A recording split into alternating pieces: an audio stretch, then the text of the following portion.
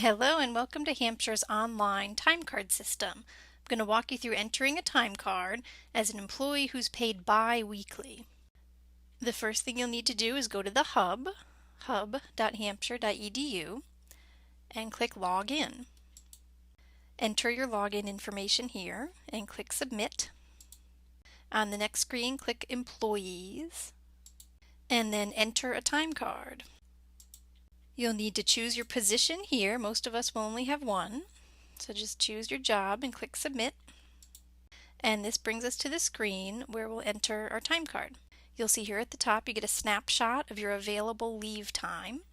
Remember that these balances don't reflect any time you're entering on this time card, and depending on when you're filling it out, it may not reflect time that you entered on the previous time card either. And in this section you have a row for each day in the pay period. So if we want to start with Monday, July 25th, if I worked all day Monday, I'll put in 7. For most jobs at Hampshire, it's a 7-hour workday. Tuesday, maybe I took a vacation day, I would put 7 hours in the vacation column. If I was sick for half of the day on Wednesday, you can put different types of time in for one day. Maybe I worked 3.5 hours and then went home sick, so took 3.5 hours of sick time. Got a column here for personal hours if I want to put in some personal time that I took off. And then we have the other time. In this other time column, you have a drop-down menu for other types of leave time that you might take. Emergency closing, if there was a snow day on Friday, I would put 7 hours emergency. If it was a holiday, Thanksgiving or Christmas, you could put 7 hours of holiday time. A few different options here.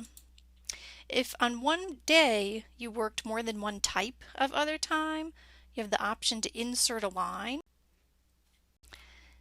If I click Submit at the bottom, I'll see that I now have 2 lines for Friday. Shift differential, some evening jobs have a shift differential. You'd put how many hours you worked to which the shift differential applies. And if I worked all the next week, I would just put 7 hours in here. I have the option to click here to adjust time from a previous pay period if I made a mistake or took extra time off.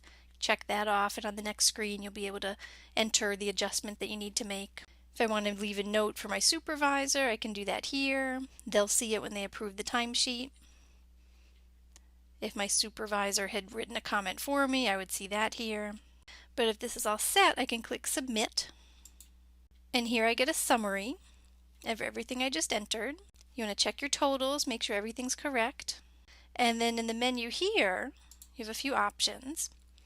I can say that I'm finished with this time card and I'm ready to send it to my supervisor for their approval.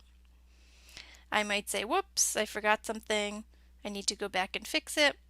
Or I can save what I've entered but not submit it and come back and submit it later on. Maybe if you just want to fill out 1 week while it's fresh in your mind and then come back the next week to finish it, you can just save your work. But remember, you do have to come back and submit it later. But if this timesheet is all set, I'll say finished entering time and then click Submit. And this will send it to my supervisor for approval.